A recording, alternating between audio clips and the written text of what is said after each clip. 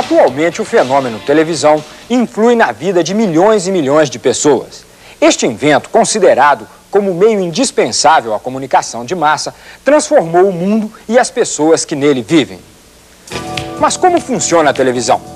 Você vai conhecer um pouco da história deste semideus eletrônico que estabeleceu e viabilizou a moderna comunicação de massa. Vai conhecer por dentro uma emissora de TV e os profissionais anônimos que fazem os programas chegarem até sua casa. Vai saber que na televisão tudo nasce de uma ideia e conhecer os equipamentos que fazem uma emissora funcionar. O Como Funciona de hoje começa nesse instante.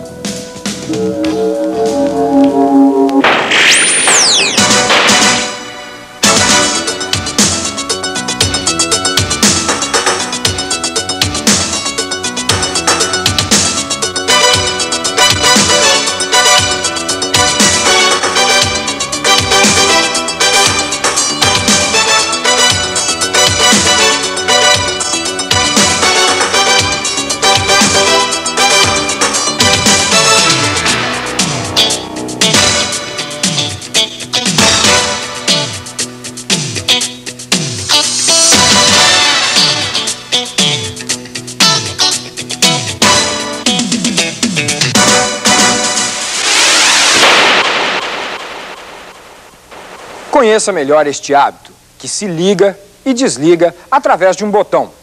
Um simples botão como este. Apesar de recente, a televisão já tem história. Uma história de magia. A televisão é mágica. Desde que em 1844, Paul Nipkow, um inventor germano-russo, patenteou o disco analisador, um aparelho para transmitir imagens bem rudimentares, o homem não parou mais de buscar a perfeição. Mas só em 1923 é que o americano nascido na Rússia, Vladimir Zorikin, registrou o iconoscópio, o avô do moderno tubo de televisão.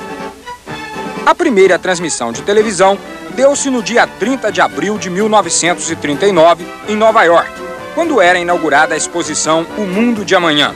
O homem estava quase materializando o sonho, dominando a mágica. Em 1945, existiam poucos televisores. Em 1949, 1 milhão de aparelhos já estavam instalados.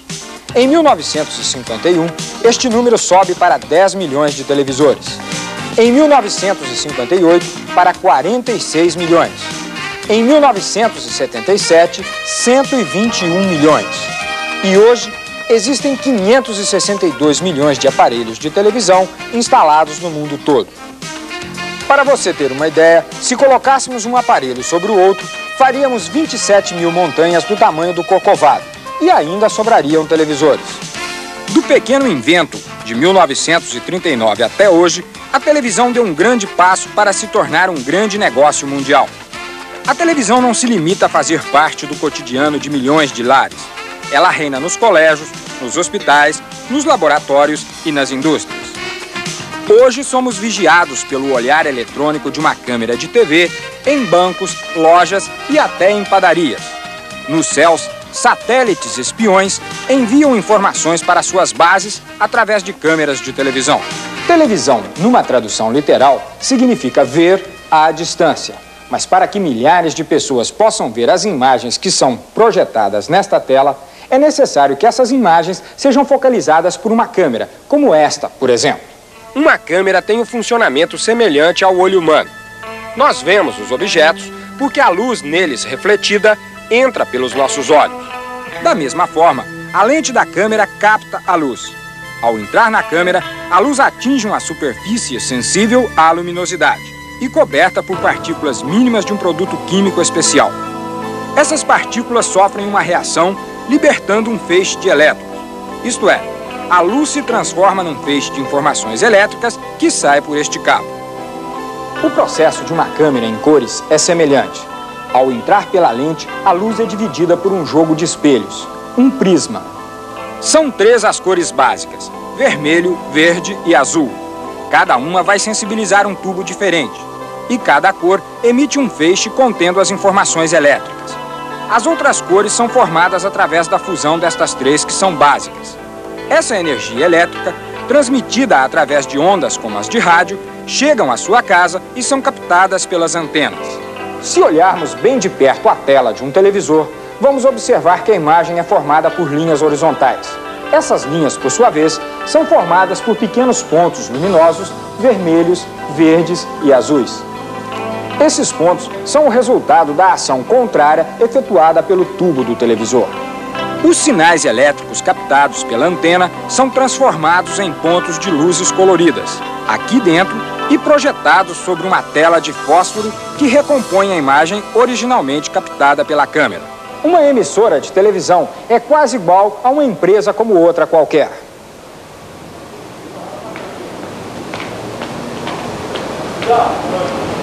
Mas para que numa emissora de televisão a câmera possa mostrar uma imagem, muita coisa precisa ser feita. Vamos conhecer uma emissora por dentro. Mas antes, vamos voltar a esta fita.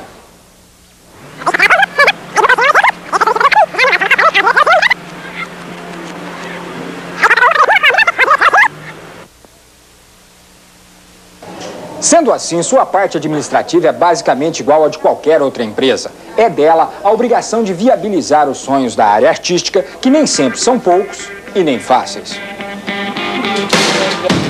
O setor administrativo propicia infraestrutura para o funcionamento de todas as áreas da TV, desde a produção e comercialização até a exibição final dos programas.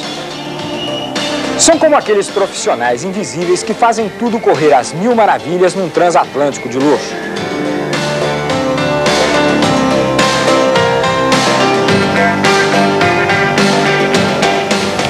A seguir, nós vamos conhecer a área técnica, onde os sonhos se tornam materiais e o impossível sempre tem que acontecer. Vamos saber como funciona o coração palpitante de uma emissora de televisão. E conhecer uma ilha de videotape, a verdadeira ilha da fantasia. Em instantes.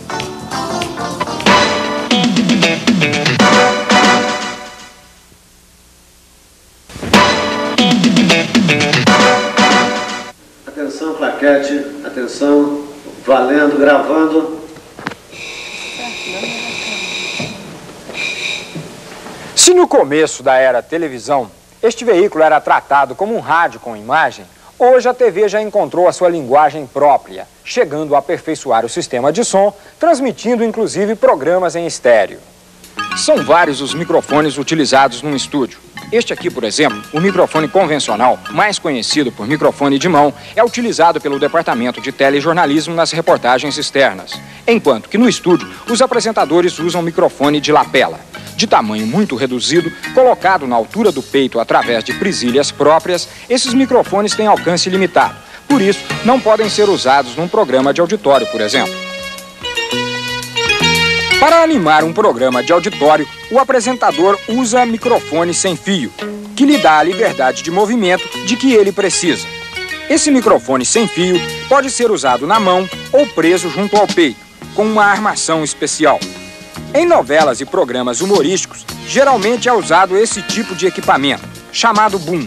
O operador, ou boomman, direciona os microfones de acordo com a distância dos atores no estúdio. O microfone não aparece em cena, mas capta perfeitamente a voz dos atores. Um outro microfone utilizado nas gravações de programas humorísticos e telenovelas é este aqui, conhecido na intimidade pelo nome de girafa. De grande alcance, ele também consegue captar o som à distância e, por isso mesmo, ficar fora de cena.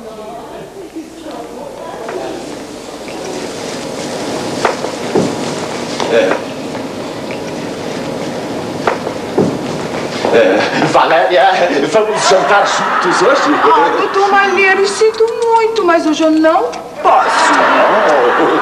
E você, Marilda? Ah, eu já tenho compromisso.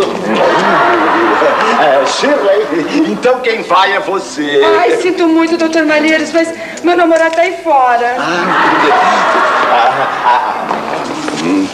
Tais livres, Ildinha. Hoje não, Dr. Malheiros. Peraí, doutor Malheiros, afinal, qual é a garota que o senhor quer levar pra jantar, hein? Qualquer uma. Depois eu é que sou galinha. Ao lado de uma quadra de basquete, ele é direcionado para o piso, possibilitando você ouvir o atrito do tênis do atleta, o quicar da bola e o apito do juiz. Num campo de futebol, quando você tem a nítida impressão de ter ouvido o barulho do chute do jogador na bola, ou mesmo um palavrão que escapa da boca do atleta, é porque o som foi captado à distância por um microfone semelhante a este. A iluminação intensa de um estúdio, para se obter uma imagem nítida e sem sombras, é conseguida com muito trabalho, frequentes alterações e muitas manobras, mas, sobretudo, dezenas e dezenas de potentes refletores e muitas lâmpadas especiais. Esta é uma câmera de estúdio. Apoiada num tripé rotativo, ela pode se movimentar para todos os lados, possibilitando ao operador uma grande mobilidade através do estúdio. Por este visor, o operador ou cameraman enquadra a imagem e faz as correções necessárias através dessas manoplas. Através desta, ele acerta o foco. E com essa aqui, ele aproxima ou afasta a lente zoom para mostrar um pequeno detalhe ou então dar uma ideia geral de toda a cena. A câmera pode ser fixada também num equipamento como este, chamado grua, que possibilita tomadas do alto e realiza movimentos muito bonitos.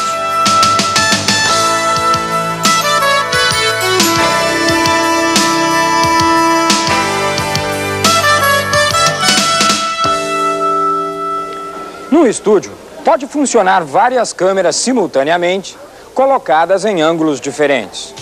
As imagens captadas são levadas pelos cabos até uma sala, onde o diretor do programa seleciona aquela que você vai assistir em sua casa. Vamos ver como isto funciona. É aqui nesta sala de corte que o diretor escolhe as imagens que ele quer colocar no ar. Cada câmera envia uma imagem diferente para um desses monitores e o diretor seleciona aquelas que você vai assistir em sua casa depois de um cuidadoso, mas rápido exame. O operador da mesa de controle, além de orientar o cameraman sobre o melhor ângulo para focalizar a cena, ao pedido do diretor do programa, coloca a imagem escolhida no ar.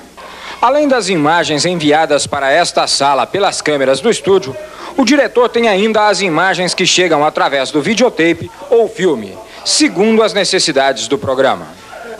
Roda, BT. Roda, TC.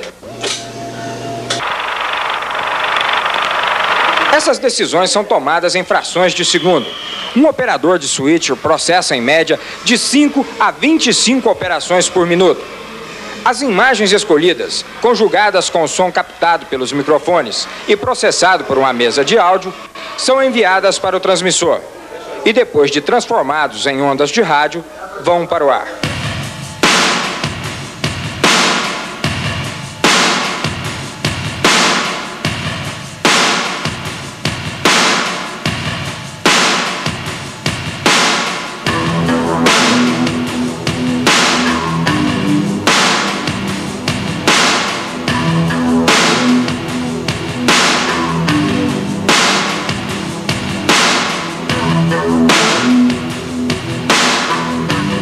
No local em que acontece a geração, você pode captar as imagens através de uma antena comum. Nas outras cidades e outros estados, é necessário a retransmissão através de torres próprias ou da utilização de um satélite da Embratel. Os programas de televisão, em sua maioria, são gravados em videotape. E nós vamos saber agora como é que funciona uma ilha de VT e como se faz uma edição. Antes que o homem inventasse a fita magnética para registrar imagens, o único processo existente para isso era em filme, igual ao utilizado pelas máquinas fotográficas normais. Mas neste caso, para se poder ver uma imagem registrada numa película cinematográfica, o filme tem que ser revelado com produtos químicos, um processo caro e demorado. Mas no caso da fita magnética do videotape, pode-se registrar a imagem e no instante seguinte reproduzir-se o que foi gravado, da mesma maneira que as fitas de gravação de som. Mas no caso das fitas magnéticas de videotape, pode-se registrar a imagem e no instante seguinte reproduzir-se o que foi gravado, da mesma maneira que as fitas de gravação de som. Uma ilha de edição deve ter no mínimo 2 máquinas de videotape. Uma delas reproduz a imagem gravada e a outra registra o produto final. Em determinadas circunstâncias, são utilizadas 3 ou mais máquinas de videotape para a obtenção de efeitos especiais como estes, por exemplo.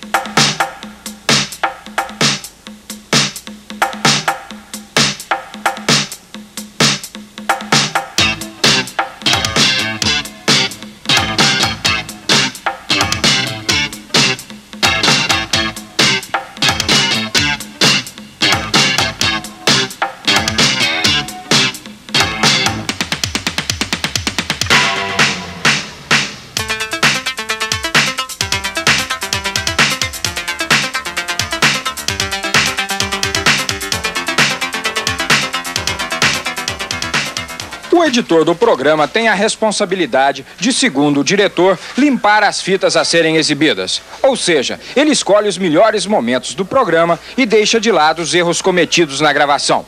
Além disso, o editor também enxuga, ou melhor, corta tudo o que for necessário para que o programa não ultrapasse o tempo previsto para a exibição.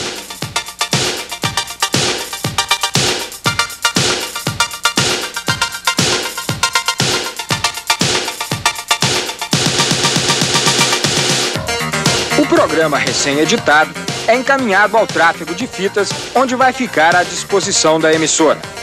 Após ser exibida, a fita permanecerá guardada por tempo determinado. E caso não haja interesse em preservar a gravação, será apagada e reutilizada. Caso contrário, a gravação vai para o arquivo definitivo.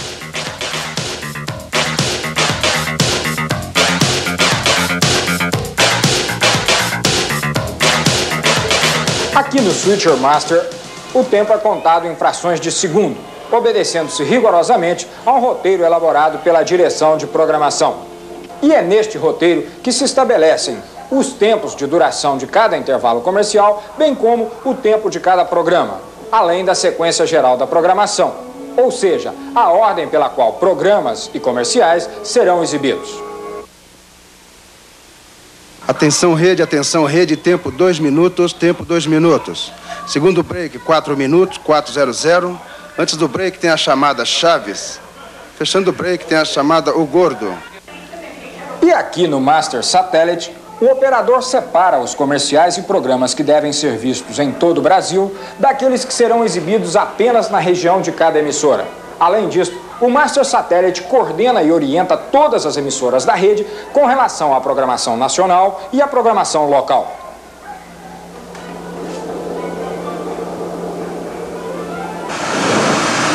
Na sala do controle geral, a programação é distribuída para todo o Brasil. Aqui são feitas todas as conexões diretamente com a Embratel para que as imagens geradas neste local possam abranger todos os cantos do país.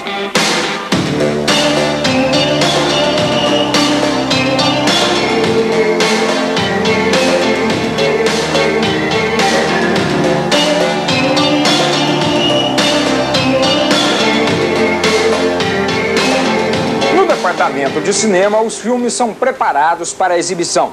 Assim que recebidos, são revisados integralmente para não apresentarem problemas na hora de ir ao ar. Aqui também são estabelecidas as pausas para que entrem os comerciais. Caso o filme comprado esteja em idioma estrangeiro, a fita é encaminhada a um outro setor, o núcleo de dublagem. Aqui no núcleo de dublagens são realizadas sistematicamente 10 operações de transformação. Os filmes que chegam em outro idioma são traduzidos e adaptados, dublados e sonorizados de tal maneira que, uma vez terminado o trabalho, fica difícil perceber as alterações. O trabalho é difícil e minucioso. A primeira etapa é a tradução. Henry, these cards came out great. Let's hurry up and mail them. I've already addressed the envelopes to the people who sent me Christmas cards last year. That's all? You only got 2 Christmas cards last year? 2 Christmas cards last year?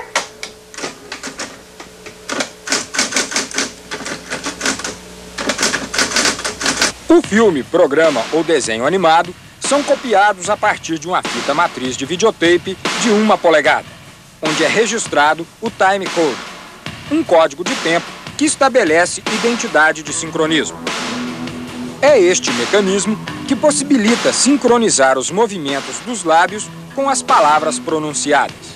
As cópias em VT ou Matic vão para os estúdios de dublagem juntamente com a fita de áudio de 8 pistas, onde serão registradas as vozes e os efeitos. No estúdio ficam apenas o diretor e os dubladores. Vejamos como funciona. Eu não. Last year took it to be fixed. Fixed? Parece que estava adiantando. Running fast? Sundials don't run fast. Cada dia a hora do sol poente estava ficando mais cedo. It's fall, little John. The days are growing shorter. Mas dá pra gravar, Geraldo. Vamos gravar.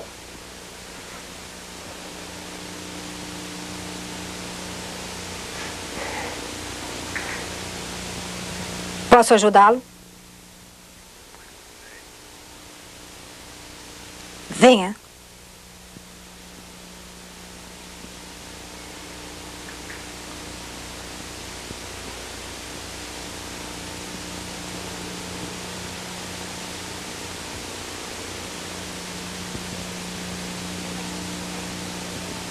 Luta braço de ferro? Luta braço de ferro? Não.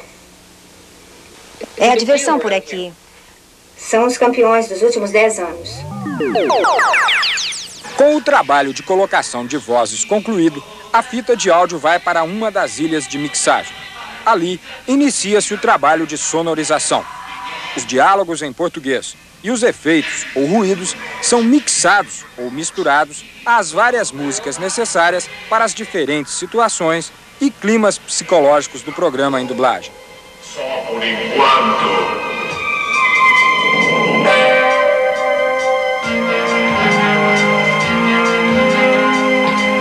Levante-se.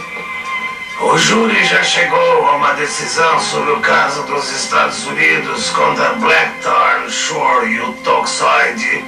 Sim, meritíssimo, chegamos. Meritíssimo, antes que o júri pronuncie sua decisão, gostaria de renovar meu pedido de habeas corpus interdicti delinquo.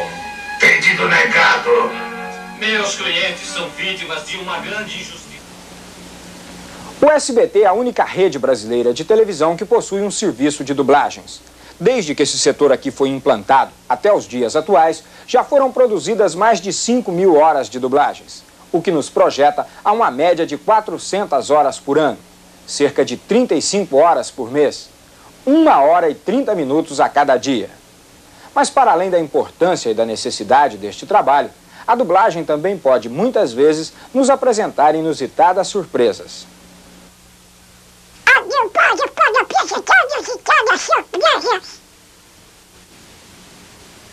dublagem pode apresentar inusitadas surpresas. A dublagem pode apresentar inusitadas surpresas. Acompanhe conosco a seguir as diferenças entre as emissoras de televisão em todo o mundo. O funcionamento da televisão como veículo formador de cultura. E ainda, fatos engraçados e pitorescos da história da televisão brasileira. Em instantes.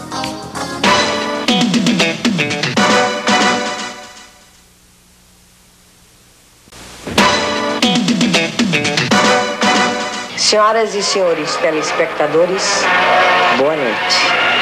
A PRF3 TV, emissora associada de São Paulo, orgulhosamente apresenta, neste momento, o primeiro programa de televisão da América Latina. Com essas palavras, a atriz Yara Lins abriu o primeiro programa da TV Tupi de São Paulo, exatamente às 22 horas do dia 18 de setembro de 1950, com 1 hora de atraso. Com isso, O Brasil se tornou o quarto país do mundo a instalar uma emissora de TV 11 anos após ter sido realizada a primeira transmissão nos Estados Unidos. O autor desse milagre foi Francisco de Assis Chateaubriand Bandeira de Melo, proprietário de jornais e emissoras de rádio. E eu fecho os olhos, gente, me lembro como se fosse hoje. Eu, Walter Forster, Dermeval Costa Lima, Sarita Campos, Lolita Rodrigues, Ayrton Rodrigues, Triana Romero, Cassiano Gavos Mendes. Fomos todos para Santos, juntamente com Chateaubriand e os diretores da emissora, das rádios Tupi Difusora de São Paulo. E chegamos e fomos para o navio. Então o Chateaubriand, com aquele sotaque muito carregado, dizia: neste navio vocês estão recebendo a primeira emissora de televisão da América Latina. Com a romaria de artistas, era aquela expectativa geral, como seria a televisão, todo mundo querendo pegar para sentir, né, câmeras. E fomos a Santos e de lá viemos com os caminhões, uma fila de caminhões. Acho que muita gente está lembrada ainda em São Paulo, daquela festa que houve no centro da cidade. A direção das rádios Tupi Difusora naquela época nomeou o Dermival Costa Lima como diretor da televisão. E eu fui escolhido por ele para ser chefe de produção. Então nós dois começamos a idealizar um programa só, de 2 horas de duração, que entraria às 9 horas da noite, terminaria às 11 aproximadamente. Um show variado. Tinha humorismo, que era o Mazzaropi, tinha canto, muito show, muita música, Hélio Camargo, e alguns esquetes, não é? Que o Walter Forster fez também e tal. A programação de estreia nós levamos mais ou menos uns 20 dias ensaiando. E tudo perfeitamente marcado, de acordo com instruções americanas. Quer dizer, marcação para a câmara 1, para a câmara 2, para a câmara 3, tudo marcadinho. Então, quem participava desse programa sabia em que momento em que fala devia virar para outra câmara, em que momento devia virar para esta câmara, está tudo perfeitamente marcado. Mas na hora do programa ir ao ar, acontece um imprevisto, como acontece até hoje, e uma câmera apresentou um defeito, pifou, como se costuma dizer. Então aquilo que havia sido ensaiado, programado para 3 câmeras, teve que ser feito com 2 câmeras. O técnico ficou apavorado, né? A essa altura ele achou que seria impossível a realização de um programa de tal ordem, de tal gabarito, uma estreia, e diante da teimosia dos técnicos e dos diretores da televisão, ele foi embora para o hotel e disse que cessava ali a sua responsabilidade.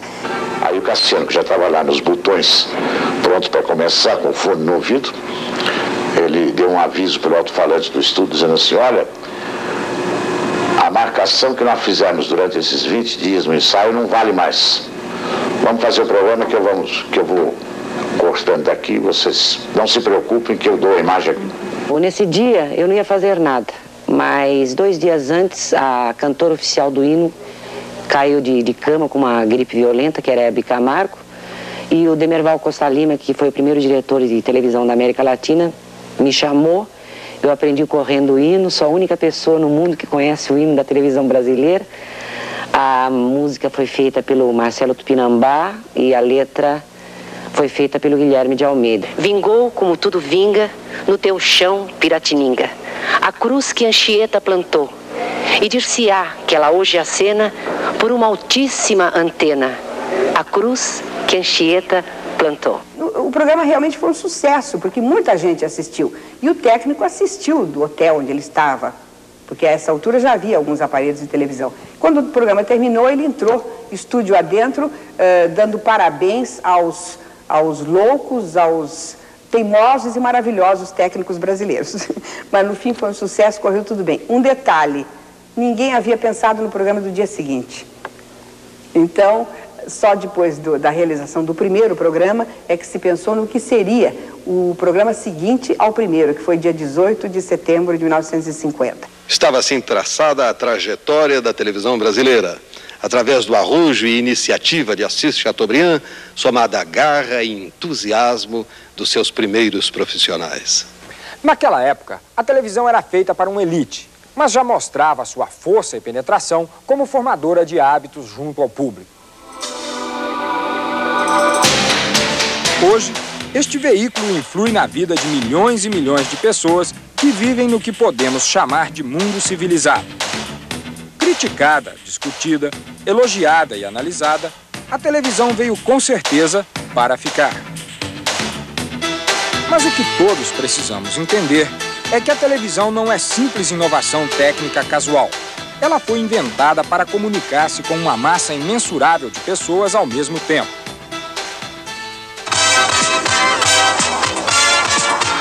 A TV leva para dentro de nossas casas o mundo todo, abrindo assim uma janela para o universo que se estende a partir daquela minúscula tela. Depois de milhões de anos em que a civilização evoluiu lentamente, a humanidade modificou os seus costumes em apenas 1 ou 2 décadas.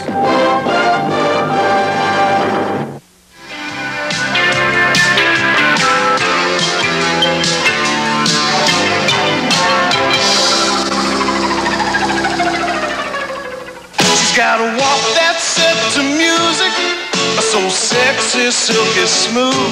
She's a no-nonsense kind of woman. You gotta watch her every move. No Nonsense Sharon Silky has the same silky look and feel of some department store pantyhose at nowhere near the price. Her legs steal the show, but it's never an act. And if you whistle at her, she might whistle back. No nonsense. Well, if the attitude fits, wear it. Não transcorreu muito tempo até que um desfile de comerciais pregasse a doutrina do consumo.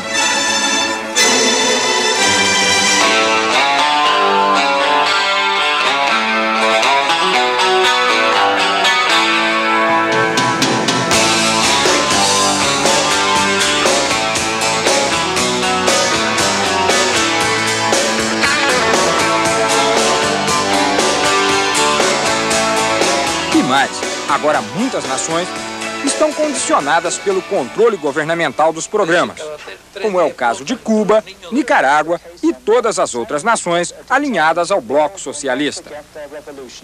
A televisão é um instrumento do poder sobre os sentimentos,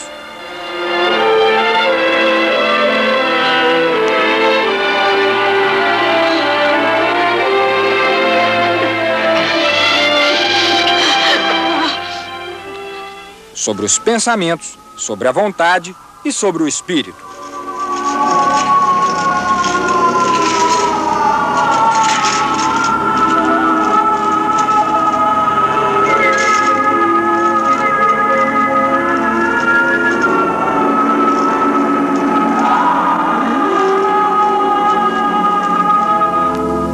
O olho humano, do espírito e da alma, está sendo substituído gradativamente pelo olhar eletrônico das câmeras de televisão.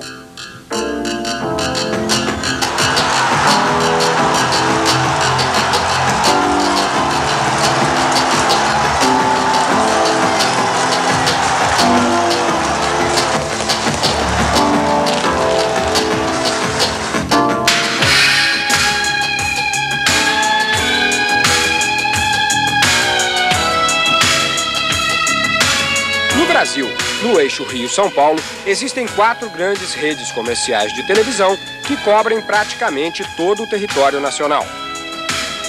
Além disso, elas absorvem mais de 90% de toda a verba gasta com publicidade no país.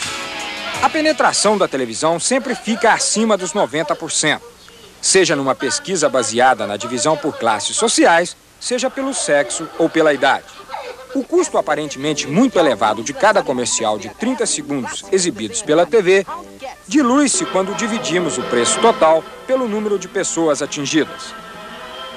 Além das chamadas emissoras comerciais, há as redes educativas, emissoras estatais como a TV Cultura de São Paulo, a TV Educativa do Rio de Janeiro e a Rádio Obras de Brasília. São mantidas pelo governo e têm a finalidade de levar cultura ao público. Nestas emissoras não existem comerciais. Com o advento dos satélites e das antenas parabólicas, surge um novo conceito de televisão: a TV nacional e a TV internacional.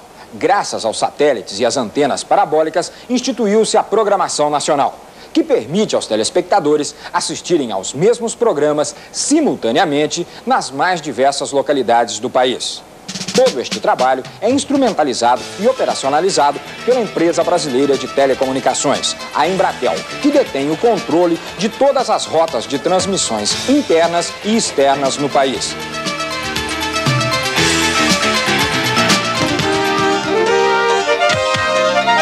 As emissoras que retransmitem esses programas podem integrar uma rede ou um sistema.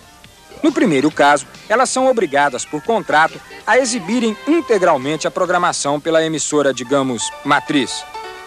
As emissoras que integram um sistema, por outro lado, se comprometem a exibir apenas determinados programas indicados em contrato, ficando com parte do espaço de suas programações livre para ser preenchido com produções próprias.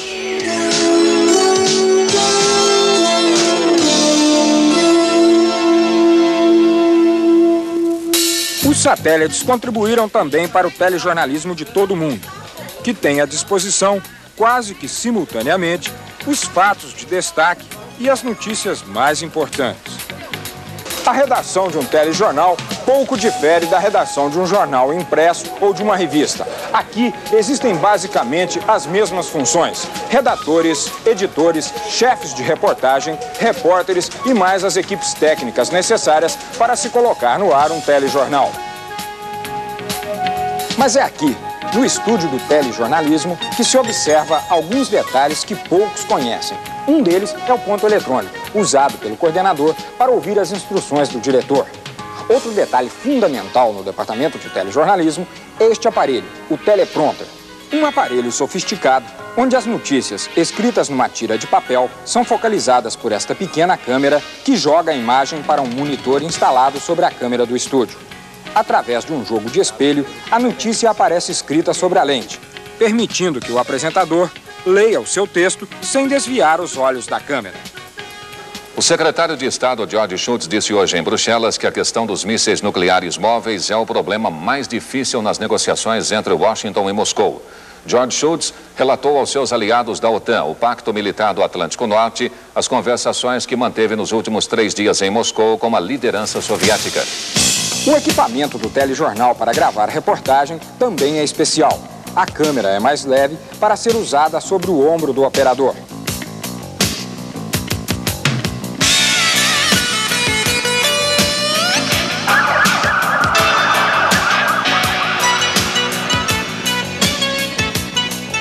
Mas não se pode esquecer, neste mundo da televisão, dos artistas anônimos que fazem deste veículo um importante instrumento formador de opinião e de costumes.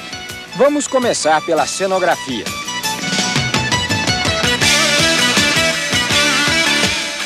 Aqui são projetados os cenários que irão decorar os palcos e estúdios.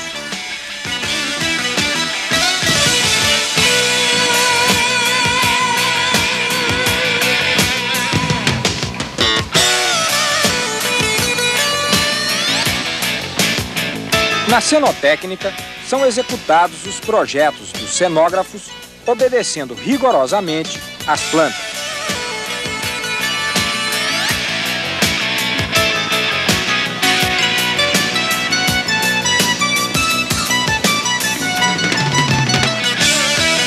Nesse verdadeiro salão de beleza, os maquiladores e cabeleireiros fazem mais bonitos os astros e estrelas que você recebe em sua casa através da tela de sua televisão. Mas estes artistas da beleza, às vezes têm de realizar um serviço inverso: transformar um artista. É a chamada maquilagem de caracterização. E para completar a caracterização dos artistas, há que se ter um verdadeiro acervo de roupas antigas e modernas. Figurinistas estão sempre criando novos modelos para que as camareiras vistam com propriedade e elegância todos os participantes de um programa.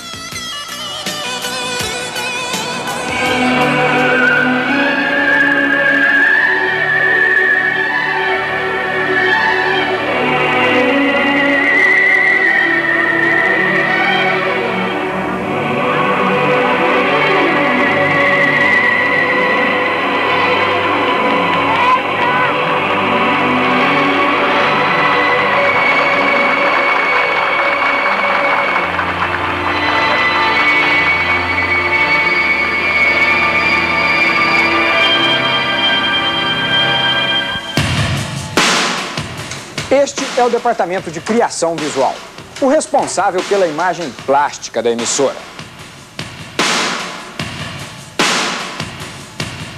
Aqui nascem os logotipos, vinhetas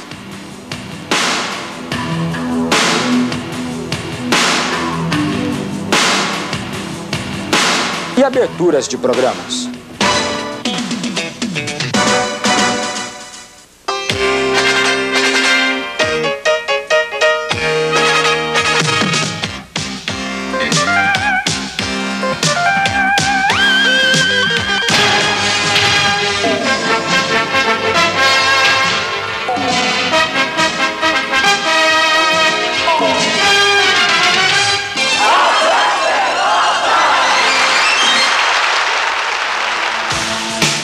E aqui, na área de chamadas, são elaborados os trailers dos programas que irão ao ar.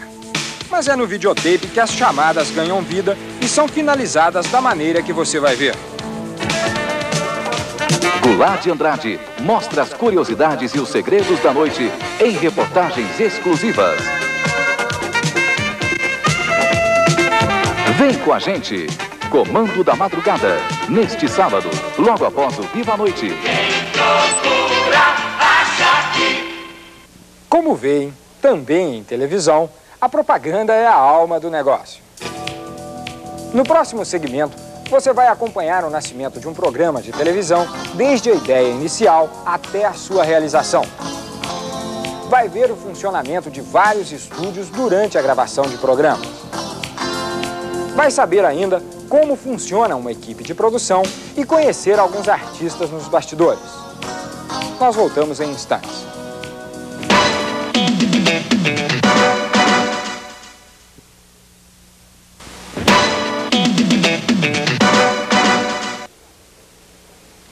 Existem muitos planetas no universo de uma emissora de televisão. Todos eles gravitam em torno de uma única estrela, a área artística, responsável pela criação e realização dos programas, nosso produto final. De toda a área artística, o setor de produção é o mais ativo, o que mais trabalha. Cabe a este setor a função de reunir todos os recursos necessários para a viabilização do programa. Vamos conhecer agora uma verdadeira usina de criatividade. Aqui neste corredor estão dezenas de salas. Dentro de cada uma delas se encontra uma equipe de produção. Cada equipe de produção tem suas próprias características e sua maneira específica de trabalhar. Mas o início é um só, uma ideia. E o final do processo é o mesmo, a exibição. Todos os programas nascem, portanto, de uma ideia. As ideias caminham sob forma abstrata até os diretores. Cabe a eles dar corpo a estas ideias, o que, em outras palavras, pode ser conceituado como realização. Depois de que o diretor do programa definiu a linha do espetáculo, os autores e redatores criam os textos que serão interpretados pelos atores ou ditos pelos apresentadores. Este texto, por exemplo, que eu estou dizendo agora, não é de improviso. Ele foi escrito muito antes de gravarmos esta cena. Mas vamos ver como funciona todo este processo. Assim que o script é aprovado pelo diretor do programa, ele é encaminhado à produção para ser realizado. Os produtores estudam minuciosamente o script e fazem a decupagem. Isto é, anotam tudo o que é necessário para a realização de cada programa. Cenários, atores, cantores, roupas, arranjos musicais, enfim, todas as providências de ordem prática. Durante a gravação no estúdio, depois de que todas as providências foram tomadas, os produtores e assistentes ainda trabalham bastante. Através de fones de ouvido, recebem orientações do diretor do programa para que a gravação ou transmissão ao vivo transcorra sem problemas.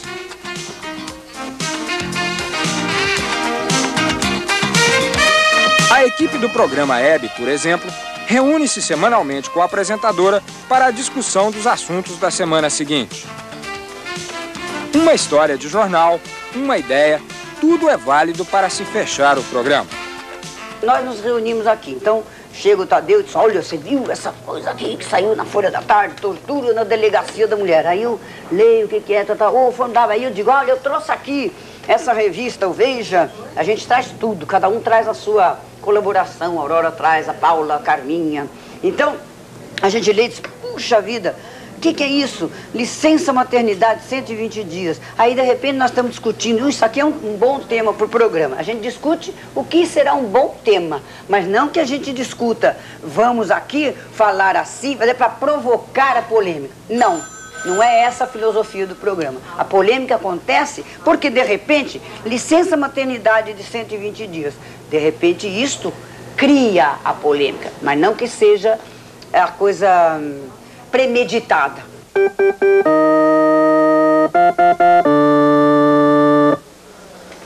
Algumas emissoras têm um departamento musical muito ativo. Aqui são feitos os arranjos das músicas que serão executadas ao vivo. Esse trabalho é realizado pelos maestros arranjadores e transposto para a pauta pelos copistas. Daqui saem também todos os arranjos de temas de aberturas de programas, bem como as vinhetas de identificação da emissora, além de toda a orientação musical dada às diversas produções. Música, maestro!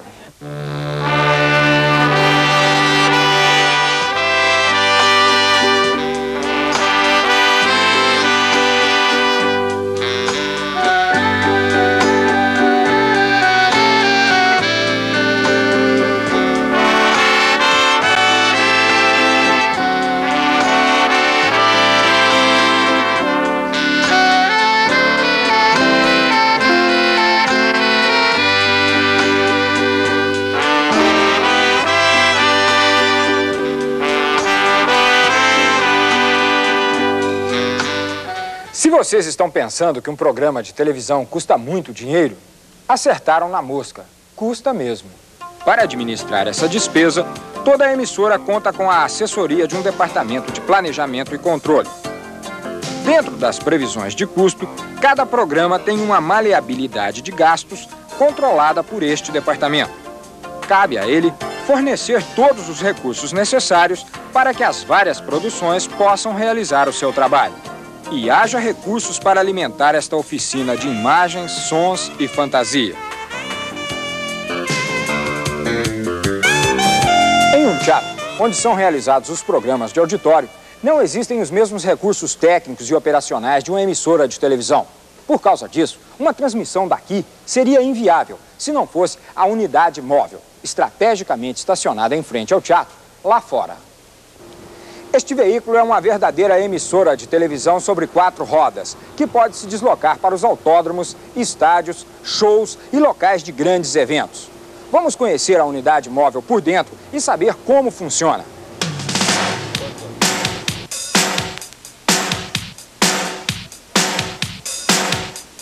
A unidade móvel de televisão reúne os 3 elementos básicos para a transmissão e gravação de um programa de televisão. Em princípio, a mesa de cortes, que é a responsável pela seletividade das imagens.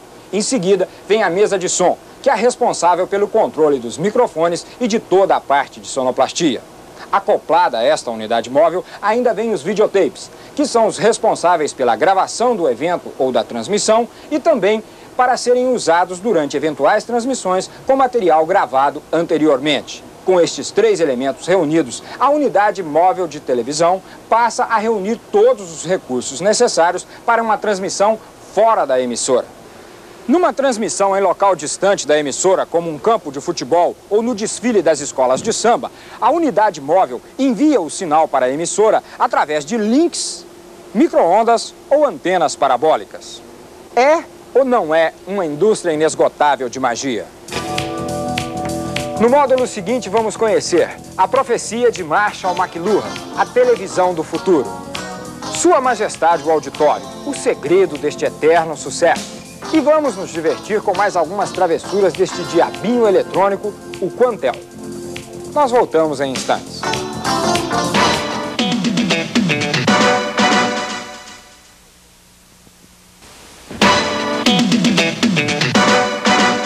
A revolução na TV, iniciada com a multiplicidade de usos e o aperfeiçoamento tecnológico, não nos deixa antever o que será este veículo dentro de uns poucos anos.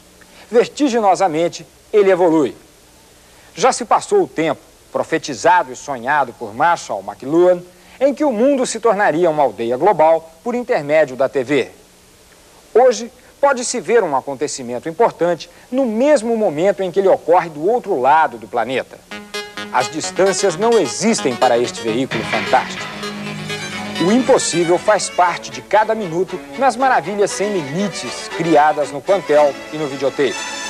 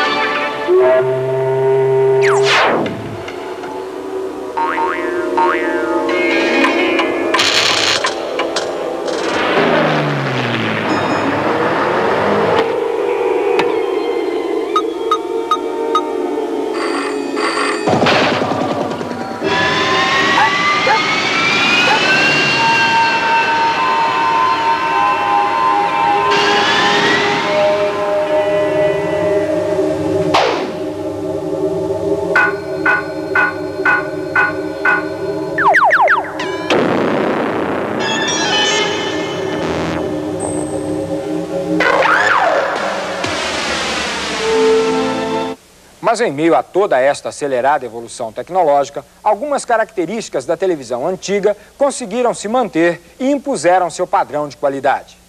Entre elas, os programas de auditório, que detêm uma grande fatia de audiência em todas as emissoras. Luzes, câmeras, ação.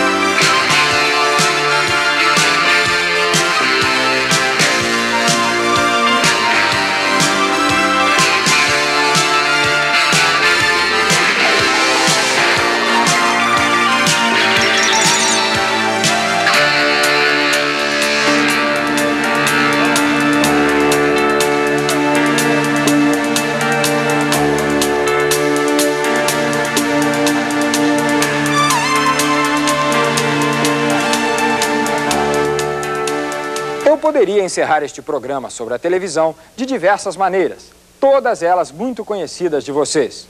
Poderia, como os companheiros da TV Manchete, me despedir dizendo: boa noite, fique com a gente.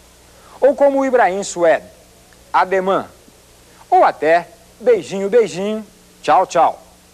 Poderia, uma forma muito usada, dizer até a próxima e ficar em still, isto é, congelado, e os créditos do programa começariam a rodar pelo gerador de caracteres. Antes, porém, de terminar o programa, eu tenho um convite a você. Exerça sua curiosidade. Vale a pena ficar sabendo das coisas. Agora sim, obrigado pela atenção e até o próximo Como Funciona.